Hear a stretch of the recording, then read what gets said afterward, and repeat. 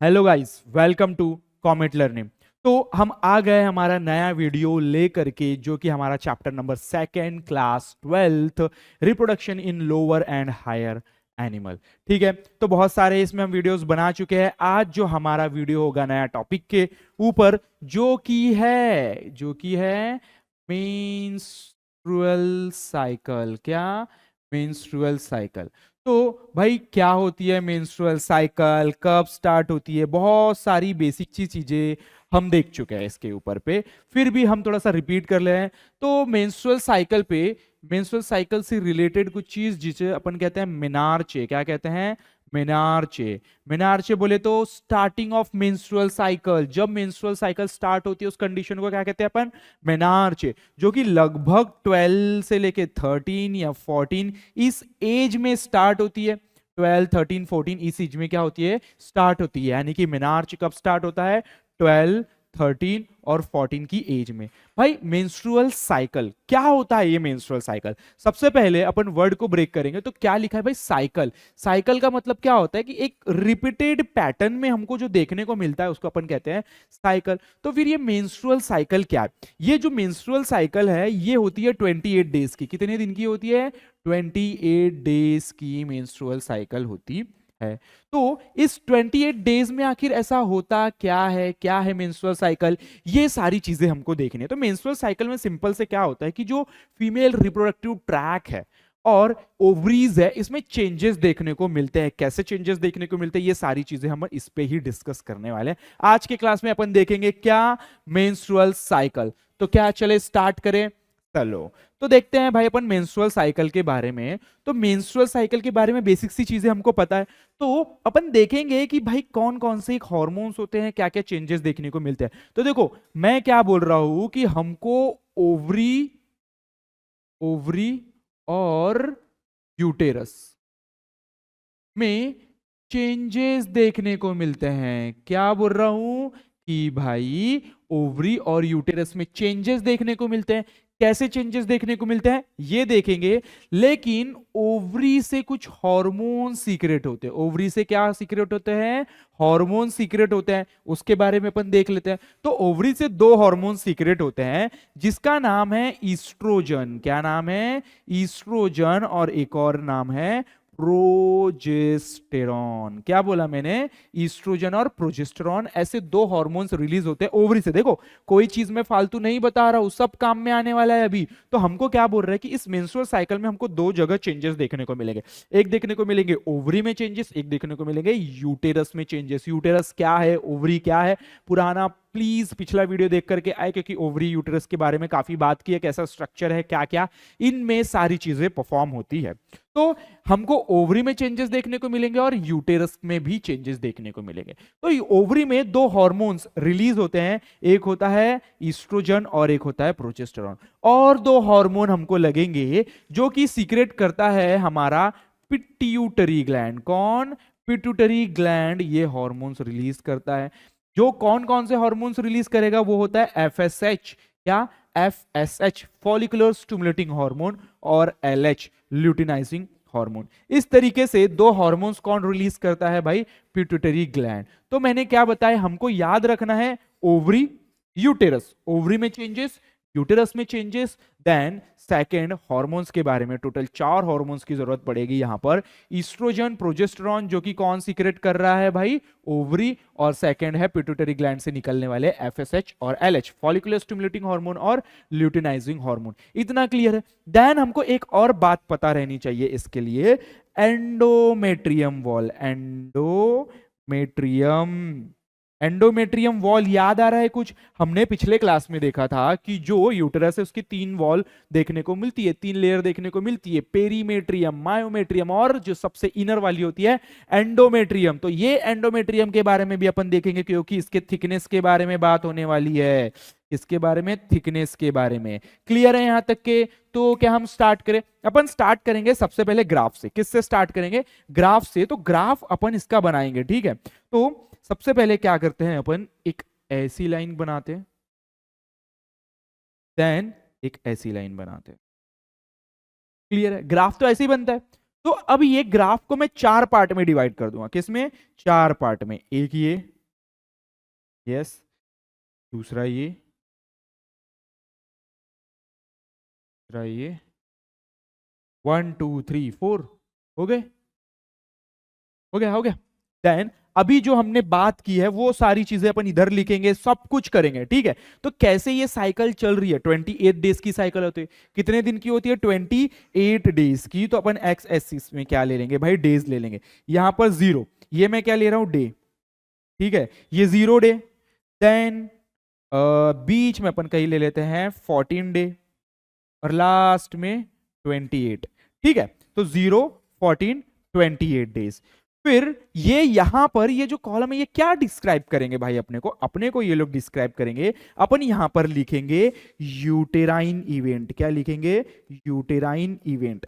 Uterine event मतलब जो uterus, uterus में क्या हमको चेंजेस देखने को मिलेंगे, यूटेरस के भी जो हमारी एंडोमेट्रियम वॉल है ना उसमें क्या चेंजेस देखने को मिलेंगे, वो हम यहां पर लिखेंगे और यहां पर उसको ड्रॉ करेंगे। देन सेकंड आता है भाई अपना हार्मोन। कौन सा हार्मोन? Ovarian hormone. कौन से हार्मोन? Ovarian hormone. तो ओवेरियन हार्मोन, अभी मैंने बताया ओवेरियन हार्मोन, कौन कौन से हार्मोन रिलीज होते हैं ओवरी से? 2। कौन कौन से? 2, ईस्ट्रोजन, यस, ईस्ट्रोजन और प्रोजेस्टेरॉन। देन अब चलते हैं अपन यहां पर लिखेंगे अपन ओवेरियन इवेंट। क्या लिखेंगे? Ovarian event. ओवेरियन इवेंट मतलब ओवरी में भी क्या चेंजेस देखने को मिलते हैं, क्योंकि हमने ये बात की कि ओवरी में क्या चेंज देखने को मिलेगा, यूटेरस में क्या चेंज देखने को मिलेगा, ये देखेंगे अपन, और हार्मोन्स के बारे में। तो ये था ओवरी से जो हार्मोन्स रिलीज होंगे वो कैसे होंगे, कितना उनका लेवल होगा, यहां ओवरी में कौन कौन से चेंजेस देखने को मिलेंगे ये देखेंगे अपन। और यहां पर लास्ट में अपन देखेंगे पिट्यूटरी हार्मोन। पिट्यूटरी हार्मोन जो कि फिर 2 है। कौन कौन से? यस, अभी बात की थी अपन ने, एफएसएच और एलएच, फॉलिकुलर स्टिमुलेटिंग हार्मोन और ल्यूटिनाइजिंग हार्मोन। इतना क्लियर है? तो ये इतने में सारी कहानी अपनी क्लियर होने वाली है। तो सबसे पहले अब देखो क्या होता है। सबसे पहले जो एक मेंस्ट्रुअल पीरियड होता है, मेंस्ट्रुअल पीरियड जिसमें ब्लीडिंग होती है, जिसमें क्या होती है? ब्लीडिंग होती है। उसमें क्या होता है कि जो भी यूटेरस में जो लेयर बनी हुई होती है वो स्लॉस्ड ऑफ होती है, यानी कि क्या होती है? ब्रेकडाउन होके बॉडी से बाहर आती है ब्लड के साथ में। तो ये धीरे धीरे धीरे धीरे स्लॉस्ड ऑफ हो जाती है, ठीक है। कितने? जिसको लगता है भाई कम से कम 5 डेज। कितने दिन? 5 दिन। क्लियर है? तो क्या बोल रहा हूं मैं कि भाई ये जो मेंस्ट्रुअल साइकिल है इसमें 5 दिन मेंसेस होता है, यानी कि जो ब्लड के थ्रू जो एंडोमेट्रियल वॉल की लेयर है वो क्या होती है? स्लॉस्ड ऑफ होती है, बाहर की तरफ आती है, जो कि लगभग 5 दिन तक के होता है। एवरेज 5 डेज, किसी को 3, किसी को 7, इसके बीच में होता है। सो अपन कितना लेते हैं भाई? एवरेज 5 डे लेते हैं। ये क्या हो रहा है कि यहां से अब मेंस्ट्रुअल नया फिर पीरियड क्या होगा? अब स्टार्ट होगा यहां से। तो पहले के 5 दिन में क्या हो रहा है कि सारे के सारे जो भी लेयर्स है वो क्या हो जा रहे हैं? वॉश्ड आउट हो जा रहे हैं। तब तक के जो सारे हार्मोन्स है वो उसका लेवल भी क्या हो जाता है? कम हो जाता है। सभी हार्मोन्स का लेवल क्या हो जाता है? कम हो जाता है। फिर जैसे ये होता है तो हमारे पिट्यूटरी पे मैसेज पहुंचता है, तो पिट्यूटरी एफएसएच रिलीज करता है। क्या करता है? पिट्यूटरी हार्मोन से एफएसएच हार्मोन रिलीज होता है। पिट्यूटरी हार्मोन, पिट्यूटरी ग्लैंड से क्या होता है? एफएसएच हार्मोन रिलीज होता है, जिसकी वजह से धीरे धीरे धीरे धीरे थोड़ा सा इंक्रीज होता है। क्या? ये कौन है भाई हमारा? ये है एफएसएच, फॉलिकुलर स्टिमुलेटिंग हार्मोन। देखो नाम क्या है? फॉलिकुलर स्टिमुलेटिंग हार्मोन, यानी कि फॉलिकल्स को स्टिमुलेट करेगा। क्या करेगा? फॉलिकल्स को स्टिमुलेट करेगा। अगर फॉलिकुलर स्टिमुलेटिंग हार्मोन जैसे जैसे इंक्रीज होते जाएगा वैसे वैसे फॉलिकल्स स्टिमुलेट होंगे। फॉलिकल्स क्या होंगे? स्टिमुलेट होंगे। तो मतलब फॉलिकल्स कहां पर है? ओवरी में है। कहां पर है? ओवरी में है। तो बहुत सारे फॉलिकल्स में से, बहुत सारे फॉलिकल्स में से एक फॉलिकल्स क्या होने लगेगा? ग्रो होने लगेगा। क्या होने लगेगा? ग्रो होने लगेगा। धीरे धीरे धीरे धीरे धीरे डेवलप्ड होगा और क्या बनाएगा? ग्राफियन फॉलिकल बनाएगा धीरे धीरे। तो यहां पर देखो क्या हो रहा है कि ये जैसे लेयर ऑफ होती है तो ये हमारे ब्रेन यानी कि हमारे के क्या होता है कि एक फीडबैक जाता है कि भाई अब फिर से नई साइकिल स्टार्ट करनी है, यानी कि वापस से बॉडी को प्रिपेयर करना है किसके लिए, प्रेगनेंसी कंसीव करने के लिए। ओके, तो तब क्या होता है कि एफएसएच हमारे बॉडी से धीरे धीरे हमारे ब्लड में एफएसएच इंक्रीज होगा। जैसे एफएसएच इंक्रीज होता है तो वो मैसेज जाता है ओवरी को कि अब फॉलिकल्स को स्टिमुलेट करना है, तभी तो हम इसको क्या कह रहे हैं, फॉलिकुलर स्टिमुलेटिंग हार्मोन। तो एफएसएच इंक्रीज होगा तो फॉलिकल्स क्या होने लगेंगे, डेवलप होने लगेंगे। जैसे जैसे ये फॉलिकल्स डेवलप होते हैं, खुद से ईस्ट्रोजन रिलीज करते हैं। क्या रिलीज करते हैं, ये भी जो फॉलिकल्स, क्योंकि हमने क्या बोला ये फॉलिकुलर हार्मोन है, ओवरी से हार्मोन निकल रहे हैं, तो ये क्या करते हैं, क्या हार्मोन्स रिलीज करने लगते हैं भाई, ये हार्मोन जो है कौन सा, ईस्ट्रोजन हार्मोन को रिलीज करने लगेंगे, ईस्ट्रोजन हार्मोन को रिलीज करने लगेंगे। कौन, इसको चलो नाम दे देते हैं ईस्ट्रोजन। कौन रिलीज करने लगेगा, ये कौन, फॉलिकल्स। यस, फॉलिकल्स को, फॉलिकल्स कैसे स्टिमुलेट हो रहे हैं, जब एफएसएच रिलीज हो रहा है। जैसे जैसे फॉलिकल्स डेवलप होते जा रहे हैं तो वो क्या कर रहे हैं, ईस्ट्रोजन को सीक्रेट कर रहे हैं। देखो अब इसके बाद क्या होता है, तब तक के देखो और दो हार्मोन भी है यहां पर, तब तक के, एक मिनट कलर थोड़ा सा अपन ले लेते हैं। यस, हाँ ठीक है। तो जो यहां पर बैठा एलएच हार्मोन भी धीरे धीरे फिर बाद में पीक पे जाएगा। तो यहां पर भी कौन सा हार्मोन बैठा है, एक और प्रोजेस्टेरॉन। प्रोजेस्टेरॉन अभी तक के नीचे ही है, प्रोजेस्टेरॉन अभी तक के सीक्रेट नहीं हुआ है, इसलिए इसका अभी भी जो सीक्रेशन है वो कम है। अब देखो क्या होता है कि ये जो ल्यूटिनाइजिंग हार्मोन है, ये कौन सा हार्मोन है, ल्यूटिनाइजिंग हार्मोन। ये ल्यूटिनाइजिंग हार्मोन एकदम ऐसे पीक पे पहुंच जाएगा, एकदम पीक पे पहुंच जाएगा। कब, 14 डे के जस्ट पहले। जब ये पीक पे पहुंच जाता है, कौन पीक पे पहुंच जाता है भाई, हमारा ल्यूटिनाइजिंग हार्मोन। ल्यूटिनाइजिंग हार्मोन एकदम पीक पे पहुंच जाता है, तब तक के ये हमारा ग्राफियन फॉलिकल्स पूरी तरीके से क्या हो जाता है, डेवलप्ड हो जाता है, पूरी तरीके से क्या हो जाता है, डेवलप्ड हो जाता है। और एग्जैक्ट क्या होता है फिर, ये जो ग्राफियन फॉलिकल है यहां से एग क्या हो जाता है, रिलीज हो जाता है। देखो अब क्या हो रहा है, समझो मेरी बातों को, समझो आप लोग। ये जब एलएच एकदम पीक पे पहुंच जाता है ना, मतलब 14 दिन के एकदम पहले, 14 दिन के एक दिन पहले एकदम पीक पे पहुंच जाता है, तब जब ये एकदम पीक पे पहुंच जाता है तो ये जो ग्राफियन फॉलिकल्स है, जो मैच्योर ग्राफियन है, जो धीरे धीरे करके डेवलप्ड हुआ है, ये क्या हो जाता है, बर्स्ट हो जाता है। बर्स्ट हो जाता है, उसमें से ये हमारा ऊसाइट है, क्या है ये, सेकेंडरी ऊसाइट, सेकेंडरी ऊसाइट है, ये क्या हो जाता है, रिलीज हो जाता है। तो यानी कि क्या हो जाता है, ओव्यूलेशन हो जाता है। क्या हो जाता है, ओव्यूलेशन हो जाता है। किस डे में ओव्यूलेशन होता है भाई, 14th डे में। तो 14th डे में क्या हो रहा है, ओव्यूलेशन हो रहा है। क्या हो रहा है, 14th डे में ओव्यूलेशन हो रहा है। तो तब तक के इसके साथ साथ क्या हो रहा था भाई, इधर पे ईस्ट्रोजन सीक्रेट हो रहा था, ईस्ट्रोजन सीक्रेट हो रहा था। ओके, ईस्ट्रोजन सीक्रेट कौन कर रहा था, ये ग्राफियन फॉलिकल। जैसे ही ग्राफियन फॉलिकल बर्स्ट होता है तो थोड़ा सा इसका लेवल थोड़ा सा डाउन चले जाता है, ठीक है। अभी तक के प्रोजेस्टेरॉन सीक्रेट हुआ था क्या, प्रोजेस्टेरॉन सीक्रेट हुआ था, बिल्कुल भी नहीं। तो प्रोजेस्टेरॉन अभी तक के डाउन ही है। और यहां पर अगर ये बाकी हार्मोन्स की बात की जाए तो एफएसएच एक बार फॉलिकल्स को स्टिमुलेट करके डाउन चले जाता है, ठीक है। और रही बात हमारी किसकी, ल्यूटिनाइजिंग हार्मोन का काम सिर्फ यही तक क्या है, एक बार फॉलिकल्स बर्स्ट हो गया तो ये भी फिर क्या हो जाता है, डाउन हो जाता है, ठीक है। फिर वैसे ही फॉलिकल्स को स्टिमुलेट करने के बाद ये भी कैसे डाउन आ जाता है। तो ये दो हार्मोन्स का यहां पे सबसे पहले फॉलिकल स्टिमुलेटिंग हार्मोन आया तो क्या हुआ, फॉलिकल्स धीरे धीरे ग्रो करना शुरू किए। जैसे ये ग्रो करना शुरू किए तो इन्होंने ईस्ट्रोजन सीक्रेट करना किया, इन्होंने ईस्ट्रोजन हार्मोन सीक्रेट करना शुरू किया। ईस्ट्रोजन हार्मोन सीक्रेट करना शुरू किया तो ईस्ट्रोजन का लेवल बढ़ने लगा। ईस्ट्रोजन का लेवल बढ़ने लगा तो यहां पर सेल प्रोलिफरेट होने लगे। सेल क्या होने लगे, प्रोलिफरेट। प्रोलिफरेट यानी कि सेल मल्टीप्लाई होने लगे। और यहां पर एंडोमेट्रियल की वॉल, वापस से जो हमारी यूटेरस में वॉल जो पूरी अभी तक के धीरे धीरे काफी थिक थी मेंसेस के वजह से, यानी कि मेंस्ट्रुअल जो ब्लीडिंग की वजह से क्या हुआ, सारा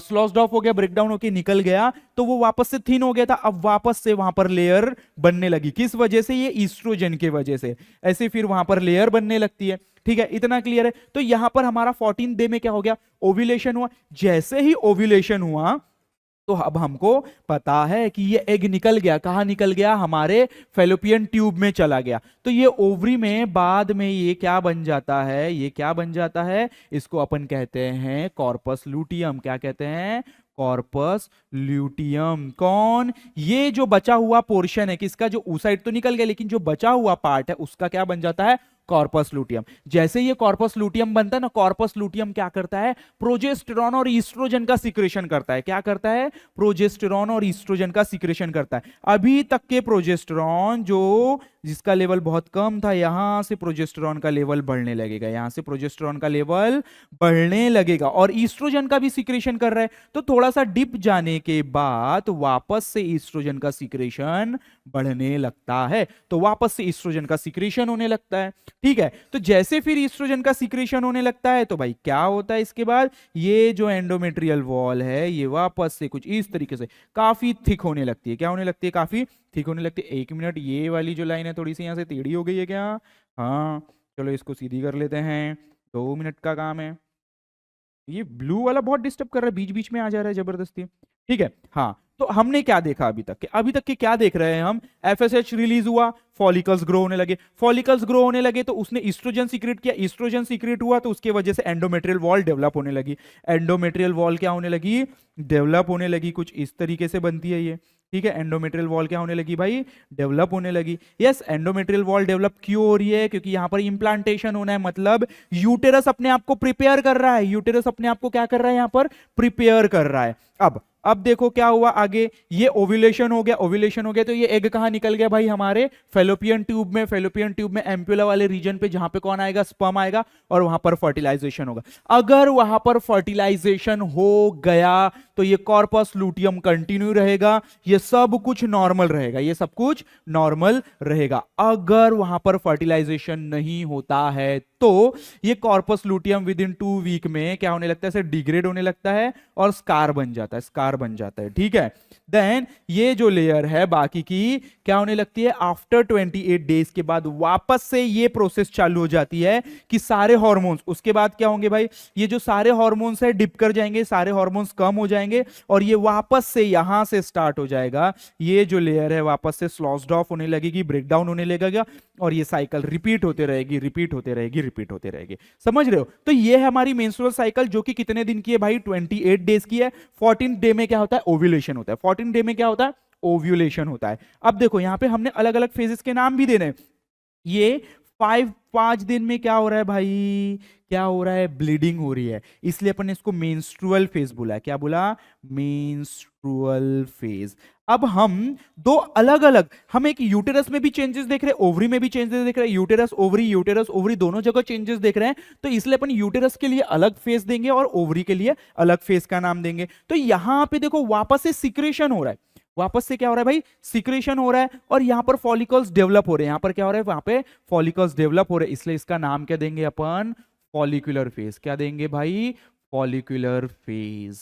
और यहां पर कॉर्पस लूटियम बन रहा है, इसलिए अपन इसको बोलते हैं ल्यूटियल फेज। क्या बोलते हैं? Luteal phase. देन ये 14 डे में ओव्यूलेशन हो रहा है, तो ये ऑब्वियसली क्या है? ये ओव्यूलेटरी फेज। क्या है? Ovulatory phase. और यहां पर इसको अपन कहते हैं सीक्रेटरी फेज, जहां पर सीक्रेशन होता है एंडोमेट्रियल वॉल का, यानी कि एंडोमेट्रियल लेयर का। इजी है, ज्यादा कुछ नहीं है। कॉर्पस लूटियम अगर प्रेगनेंसी कंटिन्यू रही तो ये कॉर्पस लूटियम जिंदा रहेगा, नहीं तो बाद में डीजनरेट हो जाएगा और ये क्या बन जाएगा? कॉर्पस अल्बुकन। क्या बन जाएगा? कॉर्पस अल्बुकन। क्लियर है? इजी है। इस तरीके से ये पूरी साइकिल चलती है। तो यहां पर इंपॉर्टेंट कुछ चीजें हैं, जैसे कि कौन कौन इंपॉर्टेंट है? यूटेरस में क्या इवेंट देखने को मिल रहे हैं, ओवरी में क्या इवेंट देखने को मिल रहे हैं, ओवरी में कौन कौन से और पिट्यूटरी हार्मोन से कौन से। तो यहां पे 4 हार्मोन बहुत काम के हैं, एफएसएच, एलएच, ईस्ट्रोजन और प्रोजेस्टेरॉन। Yes, progesterone. तो हमने देखा कि सारे हार्मोन्स और कितने इंपॉर्टेंट्स है, इनके साथ साथ क्या क्या इवेंट्स देखने को मिलते हैं। तो बेसिकली इनकी थेरीज देख लेते हैं कि आपको और समझ में आ जाएगा, क्लियर हो जाएगा कि एग्जैक्ट भाई क्या चल रहा है। सो मेंस्ट्रुअल साइकिल को अपन ओवेरियन साइकिल भी बोलते हैं, क्योंकि ये हमने अभी अभी देख के आए कि क्या क्या चेंजेस हमको देखने को मिल रहे हैं। ठीक है, सो मेंस्ट्रुअल साइकिल, सबसे पहले इसने ये बताया कि एक कैरेक्टरिस्टिक फीचर है। कैरेक्टरिस्टिक फीचर है किनका? कैरेक्टरिस्टिक फीचर है प्राइमेट्स का। प्राइमेट्स वो ऐसे एनिमल्स होते हैं जिनमें मेंस्ट्रुअल साइकिल होती है, जैसे कि एप्स लाइक एनिमल। ओके, सो मंकीज वगैरह में भी ये देखा जाता है, एप्स में कुछ तो उनको क्या कहते हैं अपन? प्राइमेट्स। सो क्या बोला है कि ये उनके कैरेक्टरिस्टिक फीचर्स है।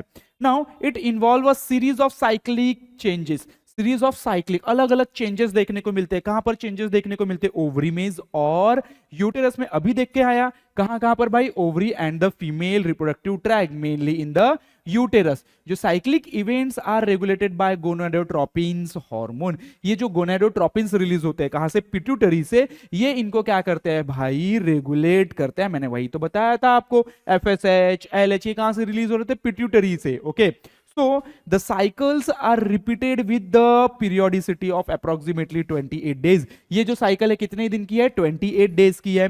Then the middle of each cycle, हर एक साइकिल के बीच में हमने देखा था ओव्यूलेशन फेज होता था, यानी कि ओव्यूल यानी कि ओवम रिलीज होते थे, ठीक है, जिसको अपन ने ओव्यूलेशन ओव्यूलेटरी फेज भी बोला था। 14 डे में हो रहा था ये। So each cycle is characteristic by the release of an egg. This egg is every cycle comes alternately from one of the two ovary। ये हमको पता है, बार बार हमने रिपीट किया है कि हर एक साइकिल में अल्टरनेट ओवरी से हमारे साइकिल्स में क्या होंगे भाई? एग रिलीज होंगे, एक बार राइट इस मंथ तो नेक्स्ट साइकिल में लेफ्ट। तो अब ये जो साइकिल है इसको डिवाइड किया है 4 फेज में। कितने? 4 फेज में। सबसे पहला फेज मेंस्ट्रुअल फेज। कौन सा फेज भाई? Menstrual phase. मेंस्ट्रुअल फेज वही है जिसमें 4 to 5 डेज तक के बोला था ना ब्लीडिंग होती है, यानी लाइक जो भी एंडोमेट्रियल वॉल है वो स्लॉस्ड ऑफ होती है, ब्रेकडाउन, उस फेज को अपन ने बोला है menstrual phase. Then second is proliferative phase, follicular phase, post menstrual phase. Proliferative phase ये जहां पर फिर से एंडोमेट्रियल वॉल का सिक्रेशन हो रहा था, इस प्रोलिफरेटिव फेज। फॉलिकुलर फेज ये बेसिस किसके बेस पर नाम दिया इसने? फॉलिकल्स डेवलप हो रहे थे ओवरी में। देन पोस्ट मेंस्ट्रुअल फेज इसलिए बोला है क्योंकि मेंस्ट्रुएशन के बाद ये फेज देखने को मिल रहा है हमको, इसलिए हम इसको क्या बोल रहे हैं? Post menstrual phase. Then ovulatory phase, ovulatory phase जहां से ओवम रिलीज हो रहा था 14 डे में। और सिक्रेटरी फेज यानी कि ल्यूटियल फेज जो कि बाद में हमको देखने को मिल रहा था ओव्यूलेशन के बाद में। क्लियर है? तो कुछ इस तरीके से अपन ने देखा था कि नहीं देखा था भाई? मेंसेस, ये मेंस्ट्रुअल फेज है, प्रोलिफरेटिव फेज वापस से यहां पर क्या हो रही है? प्रोलिफरेट हो रही है। देन ये सिक्रेटरी फेज है, पूरा सीक्रेट हो रहा है। ईस्ट्रोजन का लेवल देख लीजिए आप, प्रोजेस्टेरोन अभी तक के डाउन है, देन सडनली वो ऊपर चले जाता है। देन एफएसएच अभी तक के यहाँ पे डाउन, फिर और एलएच भी एकदम यहाँ पर पीक पे पहुंच जाता है एलएच। और यहाँ पर क्या हो रहा है? प्राइमरी फॉलिकल, थेका, एंट्रम, ये क्या है भाई? स्टेजेस है। फॉलिकल्स धीरे धीरे डेवलप हो रहे हैं, यहाँ से रिलीज होते जा रहा है, फिर वो क्या बनता है? कॉर्पस लूटियम बनता है, और आगे जाके वही सारे सिक्रेशंस को कंट्रोल करता है, हॉर्मोन्स को। तो इस तरीके से अपन ने देखा है। तो जो चारों फेज अपने को बताया, पट पट देख लेते हैं क्या क्या दिया है सारे फेज में। सबसे पहला phase menstrual phase. Menstrual phase में वही जो कि हमारी एंडोमेट्रियम लेयर जो है स्लॉस्ड ऑफ होके ब्रेक डाउन होके बाहर आएगी, उसमें ब्लड भी होता है। ब्लड कितना होता है? अप्रॉक्सीमेटली 45 to 100 ml उसमें क्या होता है? ब्लड होता है। So menstrual phase occur in the absence of fertilisation. Menstrual phase एक ऐसा फेज है, ये कब होगा? जब फर्टिलाइजेशन नहीं हुआ होगा। अगर फर्टिलाइजेशन होगा तो मेंस्ट्रुअल फेज बिल्कुल भी नहीं होगा, ठीक है? तो in the absence of fertilisation menstrual phases occur. During menstruation uterine endometrium is lost off. जो यूटेरस में एंडोमेट्रियम वॉल बनी है वो ब्रेक डाउन होके बाहर की तरफ आएगी, और उसका जो लेवल है, और जितने सारे ये जो मेंस्ट्रुअल फेज है इसमें सारे हार्मोन्स क्या होते हैं? लो होते हैं, मतलब कम कंसंट्रेशन में होते हैं। So progesterone and estrogen decreases during this phase, resulting into release of prostaglandin, जिसके वजह से प्रोस्टाग्लैंडिन रिलीज होता है और जो ब्लड का क्लॉट है उसको क्या करता है? डिसॉल्व करता है। सो विच कॉज दिस रप्चर। ये जो रप्चर है उसका किसके वजह से हो रहा है? ये प्रोस्टाग्लैंडिन के वजह से हो रहा है। प्रोस्टाग्लैंडिन कब रिलीज हो रहा है? जब ब्लड में सारे हार्मोन्स क्या हो गए? कम हो गए, तब प्रोस्टाग्लैंडिन रिलीज होता है। और ये प्रोस्टाग्लैंडिन क्या कराता है? रप्चर कराता है एंडोमेट्रियम वॉल का, जिसके वजह से वो बाहर की तरफ आती है। Beginning of each cycle is taken as first day where menses और loss of blood। लगभग 45 से लेके 100 ml ब्लड क्या होता है भाई?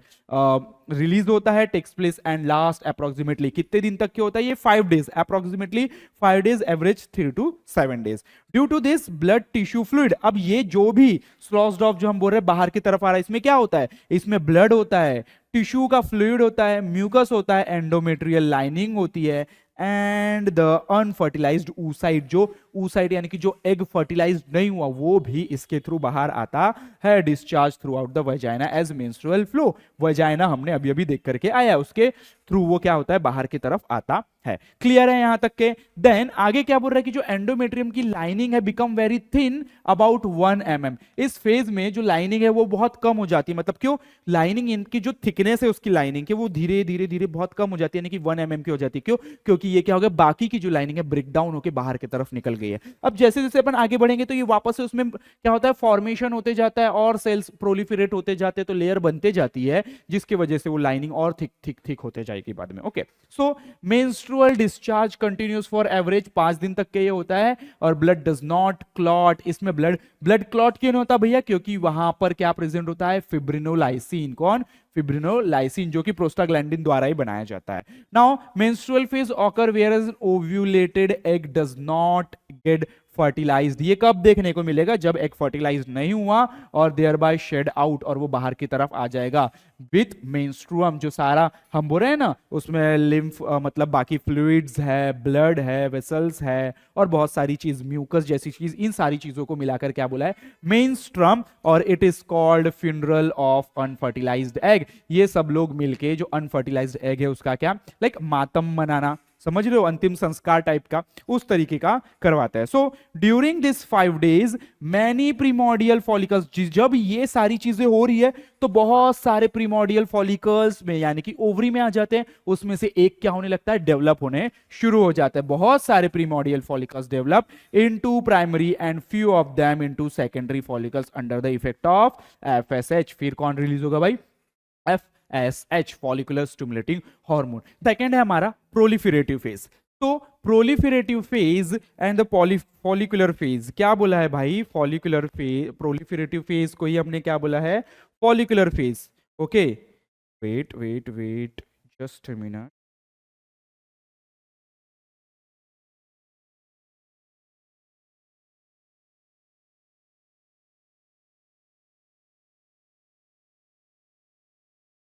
तो अब है हमारा प्रोलिफरेटिव फेज। प्रोलिफरेटिव फेज में और फॉलिकुलर फेज, इसको पोस्ट मेंस्ट्रुअल फेज भी बोला है। क्यों बोला है ये मैं बताया हूं आपको, ठीक है। तो फॉलिकुलर फेज में, प्रोलिफरेटिव फेज में क्या बता रहा है यहां पर, प्रोलिफरेट होगा क्या, यूटेरस में हमको क्या देखने को मिलेगा, प्रोलिफरेशन, यानी कि वहां पे लेयर वापस से बनना शुरू होगी। देन उसी को नाम फॉलिकुलर फेज भी क्यों दिया है? क्यों? क्योंकि ये ओवरी में फॉलिकल्स डेवलप होना शुरू करेंगे। और मेंस्ट्रुअल फेज क्यों बोला है? क्योंकि अभी अभी मेंस्ट्रुअल फेज के बाद वाला फेज है, इसलिए इसको क्या बोला है, पोस्ट मेंस्ट्रुअल फेज। तो इसमें क्या होता है कि भाई this phase is the durations between end of menstruation. जब मेंस्ट्रुएशन खत्म हो जाता है, यानी कि ब्लीडिंग वाली प्रोसेस खत्म हो जाती है, उसके बाद ये शुरू होता है, and release of ovum. Now duration of this phase is more variable. ये मोर वेरिएबल की बहुत डिपेंड करता है पर्सन टू पर्सन, किसी का कम किसी का ज्यादा होता है than other phases. Now generally it extend from 5th to 13th day of the menstrual cycle. ये अगर नॉर्मली देखा जाए तो 5th डे से लेके 13th डे तक के मेंस्ट्रुअल साइकिल में होता है। A few 6 to 12 secondary follicles proceed to develop, but usually one of them develop into a Graafian follicle। वो क्या हो रहा है भाई, वहां पे धीरे धीरे धीरे हमने देखा था जो फॉलिकल्स धीरे धीरे डेवलप होना स्टार्ट हो रहे, उसमें से एक ग्राफियन फॉलिकल बनेगा। एक क्या बनेगा, ग्राफियन फॉलिकल, जिसको बोलेंगे अपन मैच्योर फॉलिकल, और बाद में जाके वो क्या हो जाएगा, बस्ट हो जाएगा। तो ये बहुत सारे ग्रो होना शुरू हुए थे। पिछले क्लास अगर आपको याद होगा तो बहुत सारे हमने देखे थे, टोटल 2 मिलियन प्रेजेंट होते हैं, 2 में से 1 मिलियन बचता, उसमें से भी 80 और 60,000 ही बचते हैं। तो ये बहुत ज्यादा अमाउंट में डिस्ट्रक्शन हो गया। इसको एक टर्म दिया था हमने बोला था एट्रेशिया। तो यहां पर भी वही हो रहा है कि बहुत ज्यादा अमाउंट में अगर क्या हो जाता है, डीजनरेट हो जाते हैं, उस टर्म को क्या बोला है अपन ने, एट्रेशिया। तो बहुत सारे क्या हो जाते हैं भाई, डीजनरेट हो जाते हैं, उसमें से एक ही डेवलप हो पाता है। अब जो डेवलपिंग सेकेंडरी फॉलिकल्स है वो भी हार्मोन्स का सिक्रेशन करता है, जैसे कि ईस्ट्रोजन, मैंने बताया था फॉलिकल्स डेवलप हो रहा है, हार्मोन का सिक्रेशन कर रहा है, जिसके वजह से क्या होता है, स्टिमुलेशन ऑफ प्रोलिफरेशन। इसी के बाद से क्या होता है, प्रोलिफरेशन होना स्टार्ट होता है। प्रोलिफरेशन का सिंपल मीनिंग वॉल का बनना, एंडोमेट्रियल वॉल का बनना of new follicles is influenced by GnRH, gonadotropin releasing hormone, which stimulate release of FSH. Okay, so FSH जैसे रिलीज होता है तो जीएनआरएच क्या होता है, स्टिमुलेट होता है। सो एंडोमेट्रियम बिगिन टू रीजनरेट, जो वॉल अभी क्या हो गई थी, स्लॉस्ड ऑफ हो गई थी, है ना, ब्रेकआउट हो गई थी, तो अब वो वापस से रीजनरेट होना शुरू होती है। किसके इफेक्ट में भाई, gradually increasing quantity of estrogen. क्यों, ईस्ट्रोजन धीरे धीरे बढ़ते जा रहा है। ईस्ट्रोजन धीरे धीरे कैसे बढ़ते जा रहा है, क्यों, क्योंकि फॉलिकल्स जैसे जैसे ग्रो हो रहे हैं वो ईस्ट्रोजन सीक्रेट करते जा रहे हैं। Regeneration also involve in the formation of endothelial cell, endometrial और uterine gland and network of blood vessel. जैसे जैसे ईस्ट्रोजन सीक्रेट होते जाता है वहां पर क्या होते हैं, एंडोथेलियल सेल्स ग्रो होते जाते हैं, वहां पे ब्लड वेसल्स की नेटवर्क बनाते हैं, और जो उसका थिकनेस है वो इंक्रीज हो जाता है 3 से 5 mm तक के। क्यों, क्योंकि हमने इसके पहले बोला था 1 mm, अब कितना हो गया, 3 से 5 mm। नाउ नेक्स्ट आ जाता है ओव्यूलेटरी फेज। ये सबसे छोटा फेज है, इसमें क्या होता है, सिर्फ ओवम रिलीज होता है। जब LH यानी कि लुटिनाइजिंग हार्मोन एकदम पीक पे पहुंच जाता है तो फॉलिकल्स बस्ट होते हैं और क्या निकलता है उसमें से, oocyte। ये सबसे छोटा फेज है, जिस वाइज इसको क्या बोला है, shortest phase. Then ovulation occur in this phase, it involve rupturing of the mature Graafian follicle। बताया था जो Graafian follicle है वो रप्चर हो रहा है, उसके अंदर से क्या निकल रहा है, secondary oocyte into the pelvic cavity। Usually ये कब होता है भाई, 14th डे में होता है। Rapid secretion of LH by positive feedback mechanism cause the mature follicle to rupture. कब, जब LH एकदम पीक पे पहुंच जाता है तब ये फॉलिकल्स रप्चर होता है और ओव्यूलेशन हो जाता है, वहां से ओवम रिलीज होता है। क्लियर है मैं क्या बोल रहा हूं, मैं फास्ट जा रहा हूं, आई नो। ओव्यूलेशन में बी अकम्पेन्ड बाय माइल्ड और सीवर पेन। जब ओव्यूलेशन होता है तो हल्का सा तकलीफ होती है, यानी कि दर्द महसूस होता है। कहां पर भाई, लोअर एब्डोमेन में, यानी कि पेट के नीचे वाले हिस्से में। क्लियर है यहां तक के। नाउ आ जाते हैं हमारा नेक्स्ट फेज, जो कि लास्ट फेज है, जो कि सीक्रेटरी फेज। क्यों, क्योंकि ये बहुत वॉल सीक्रेट होती है इसलिए सीक्रेटरी फेज। और ल्यूटियल फेज क्यों, क्योंकि कॉर्पस ल्यूटियम यहां पर अपनी काम संभालता है। कॉर्पस ल्यूटियम भी हार्मोन सीक्रेट करता है यहां पर। तो after release of secretory secondary oocyte, अगर सेकेंडरी oocyte वहां से रिलीज हो जाता है तो बचा हुआ जो टिश्यू है ग्राफियन फॉलिकल का, वो किस में कन्वर्ट हो जाता है, कॉर्पस ल्यूटियम में, under the effect of luteinising hormone. इस फेज को इसलिए अपन क्या कहते हैं भाई, luteal phase according to ovary. लेकिन यूटेरस के अकॉर्डिंग अपन इसको क्या कहेंगे, सीक्रेटरी फेज। क्यों, क्योंकि एट द सेम टाइम जो यूटेराइन एंडोमेट्रियम थिकनेस है become more secretory and hence it is called secretory phase. वहां पर डिपोजिशंस होते रहता है, सीक्रेट होते रहती है वो बॉल, इसलिए हम इसको क्या कहते हैं, secretory phase.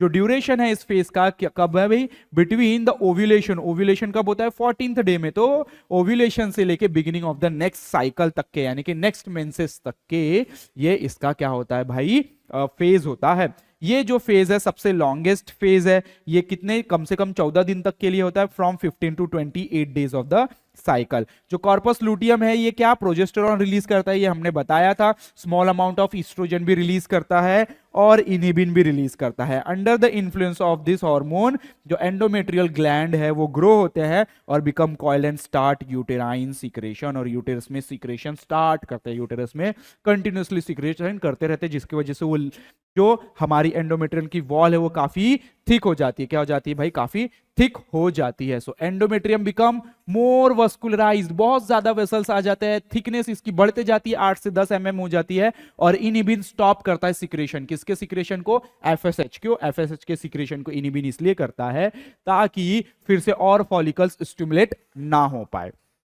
These changes are necessary for fertilisation and subsequent implantation. ये चेंजेस होना बहुत जरूरी है, अगर ये नहीं होगा तो फर्टिलाइजेशन और इम्प्लांटेशन, जहां पर बेबी को ग्रो करना है, अटैच होके वहां से सारा न्यूट्रिशंस लेके ग्रो करना है, इसलिए इन सब का होना बहुत जरूरी है। ये सारी चीजें इसलिए हो रही है ताकि इम्प्लांट, अगर फर्टिलाइजेशन हो गया तो इम्प्लांटेशन होने के लिए रेडी होना चाहिए और बेबी वहां पे ग्रो होना चाहिए। इसलिए ये वहां पर ऐसा एनवायरमेंट बनाने के लिए ये सारी चीजें हो रही है। However in the absence of fertilisation, अगर क्या होगा कि फर्टिलाइजेशन नहीं हुआ, अगर फर्टिलाइजेशन नहीं होता तो कॉर्पस लूटियम डीजनरेट हो जाता है और उसके वजह से हार्मोन्स का सारे हार्मोन्स का जो है कंसंट्रेशन कम हो जाता है और साइकिल खत्म होने लगती है। So corpus luteum can survive only 2 week, सिर्फ 2 हफ्ते तक के कॉर्पस ल्यूटियम जिंदा रहता है अगर फर्टिलाइजेशन नहीं हुआ। उसके बाद वो डीजनरेट हो जाता है, एक व्हाइट स्कार बन जाता है जिसको अपन कहते हैं corpus albicans. However if ovulated egg get fertilized, अगर एग फर्टिलाइज्ड हो गया तो embryo is implanted, there is secretion of human chorionic gonadotropin hormone यानी कि HCG which extend the life of corpus luteum. जब फर्टिलाइजेशन हो जाता है तो HCG सीक्रेट होता है जो कॉर्पस लूटियम की लाइफ को एक्सटेंड करता है, क्या करता है, लाइफ और उसकी बढ़ा देता है ल्यूटियम की, जो कि स्टिमुलेट्स इट्स सिक्रेटरी एक्टिविटी, और वो अपना आगे का काम करते रहता है। कौन? Corpus luteum. प्रोजेस्टेरॉन का सिक्रेशन करना, ईस्ट्रोजन का सिक्रेशन करना। यहां पर ये बताया कि जो प्रेजेंस ऑफ HCG है इज मैटरनल ब्लड, ये जो HCG है मदर के ब्लड में हमको दिखने लगता है, इवन ये ज्यादा होता है तो यूरिन में भी आता है। वो प्रेगनेंसी किट से भाई प्रेगनेंसी है या नहीं है चेक करते हैं, तो वो जो किट है वो इसी HCG हार्मोन को डिटेक्ट करती है। अगर ये HCG हार्मोन वहां दिखता है तो भाई इट्स टेस्ट इज पॉजिटिव, अगर नहीं है तो नेगेटिव। सो ये मैटरनल ब्लड में और यूरिन में देखने को मिलता है, जो कि इंडिकेटर है किसका? प्रेगनेंसी का। In the absence of fertilisation next menstrual cycle begin. अगर फर्टिलाइजेशन नहीं होता है तो वापस से नई मेंस्ट्रुअल साइकिल स्टार्ट हो जाएगी। क्लियर है यहां तक के सभी को? समझा हम क्या देख रहे थे? देखो ये एक बार और मैं आपको बता देता हूं भाई, जस्ट ये अपन ये देख रहे हैं, ठीक है? तो इसमें क्या, ये क्या हुआ है, ये क्या हुआ, देखो फिर से एक बार देख लेते हैं। ये एंडोमेट्रियल वॉल का फॉर्मेशन जो पहले हुआ था वो डीजनरेट हो रही, ये यहां से वापस से ये फेज आ जाता है, क्या हो रहा? फिर से वापस से मेंस्ट्रुअल फेज, फिर धीरे धीरे धीरे धीरे वॉल सीक्रेट होती है। वॉल सीक्रेट कब होती है? जब ये हार्मोन्स बनते हैं। सबसे इंपॉर्टेंट रोल इसमें ईस्ट्रोजन का है। किसका? ईस्ट्रोजन का, इसके सीक्रेशन के लिए। अब ईस्ट्रोजन कौन बना रहा है? ये फॉलिकल्स जब डेवलप हो रहे हैं तब जाके ईस्ट्रोजन बन रहा है, ये कॉर्पस लूटियम से ईस्ट्रोजन बन रहा है। लेकिन ये फॉलिकल्स कब आ रहे हैं? जब FSH आ रहा है। ये फॉलिकल्स कब बर्स्ट कब हो रहा है? जब LH आ रहा है। इसलिए ये एक दूसरे के ऊपर इंटरडिपेंडेंट है, ये आएगा तो ये काम होगा, वो आएगा तो ये काम होगा। इस तरीके से पूरी हमारी मेंस्ट्रुअल साइकिल चलती है हर मंथ, जो कि 28 डेज की होती है। क्लियर है? तो यहां पर हमने पूरा मेंस्ट्रुअल साइकिल ये जो था हमने कंप्लीट कर दिया। तो अब हम इसके बाद हमारा नेक्स्ट टॉपिक नेक्स्ट वीडियो के साथ देखेंगे। तब तक के लिए भाई धन्यवाद।